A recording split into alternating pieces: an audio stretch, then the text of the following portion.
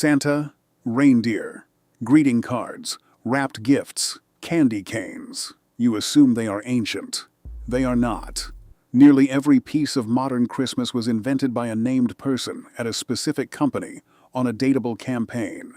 One illustrator painted the Santa you picture right now. One holiday tradition started as a traffic jam curse. And the real story of who designed Christmas starts with a 4th century bishop and 3 bags of gold. Our modern Christmas image of a grandfatherly figure in a red suit delivering gifts down the chimney didn't emerge overnight. Its blueprint was drafted across centuries of calculated storytelling. The tradition of secret gift-giving began in 4th century Myra, in modern-day Turkey. There, a Greek bishop named Nicholas tossed 3 bags of gold through a poor family's window to provide dowries for 3 daughters, establishing the historical seed of anonymous generosity. For generations, this saintly figure existed without a fixed face. That changed on December 23, 1823, when the Troy Sentinel published Clement Clarke Moore's poem, A Visit from St. Nicholas. Moore gave us the 8 reindeer, the chimney descent, and the name Santa Claus. 40 years later, during the American Civil War, political cartoonist Thomas Nast illustrated the January 3, 1863 cover of Harper's Weekly, visualizing Santa with a rotund belly, white beard, and fur-trimmed coat. These early creators proved that the magic of Santa isn't ancient folklore, but rather the enduring warmth of a beautifully designed, centuries-old human story. In 1931, the Coca-Cola company faced a cold weather problem. Soda sales plummeted when the temperatures dropped. Seeking a warm winter campaign to encourage cold weather consumption, they hired commercial illustrator Haddon Sundblom. Sundblom took the existing, fragmented ideas of Santa Claus and painted a single, definitive masterpiece. His creation debuted just before Christmas in the December 1931 issue of the Saturday Evening Post. This Santa wasn't a stern elf or a caricature. He was a soft, rosy-cheeked grandfather bursting with warmth. To capture this lifelike humanity, Sundblom initially painted his friend Lou Prentice, a retired salesman with a naturally cheerful face. When Prentice passed away, the artist simply used his own reflection in a mirror to continue the annual tradition. For over 30 years, Sundblom produced at least one new oil painting every single holiday season. This continuous loop of mass advertising took a loose regional folk character and cast him in stone. Through a single illustrator's brush, a corporate marketing campaign transformed a fluctuating legend into the globally recognized patriarch of Christmas. But despite the massive reach of those 1931 paintings, one persistent legend gets it wrong. Coca-Cola did not invent Santa's red suit. That visual choice belongs to history. Centuries earlier, St. Nicholas was depicted in red Byzantine episcopal robes. Decades before Coke, illustrator Thomas Nast wrapped Santa in fur-trimmed red coats for Harper's Weekly starting in 1863. If color association was purely corporate, Pepsi's playful campaign in the 1990s featuring Santa in blue might have rewritten history. But Coca-Cola's true modern design triumph came later, in 1995. Creative director David Lloyd and composer Bill Backer launched the Holidays Are Coming campaign, deploying a fleet of illuminated red trucks wrapped in 30,000 LED lights. What started as digital special effects in a television studio quickly became a real-world demand. By 2001, Coca-Cola turned the fictional caravan into a physical public tour, drawing thousands of families to watch the glowing trucks roll into town. This massive spectacle proved that corporate seasonal design could build genuine community anticipation. In early 1939, a 34-year-old copywriter named Robert L. May sat at his desk at the Montgomery Ward department store in Chicago. His assignment was a free holiday promotional booklet to draw shoppers into toy aisles. But the corporate brief collided with deep personal grief. May's wife, Evelyn, was dying of terminal cancer, leaving him to comfort their 4-year-old daughter, Barbara, in a dark, anxious home.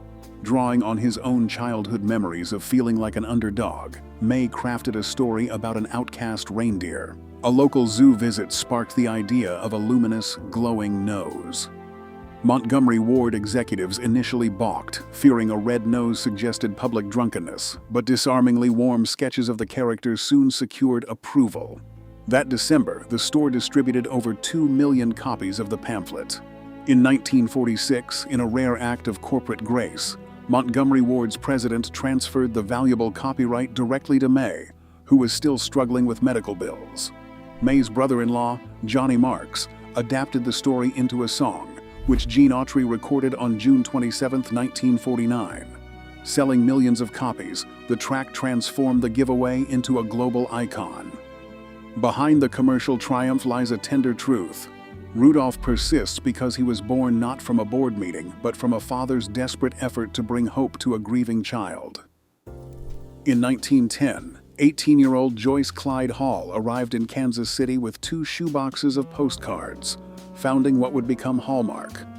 By the early 1930s, the company standardized the folded 148 by 105 millimeter card format. This physical design solved a social problem. It offered a private, folded space to write intimate feelings, shielding them from the open exposure of postcards.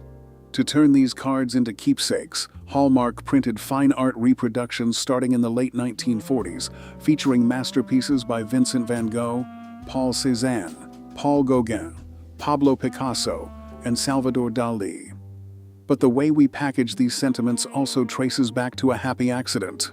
On Christmas Eve in 1917, a shortage of standard tissue paper forced the Hall brothers to sell decorative French envelope lining paper instead. It sold out instantly, prompting them to manufacture modern gift wrap the very next year. This same cozy logic eventually migrated to television screens, standardizing the familiar career versus hometown holiday movie.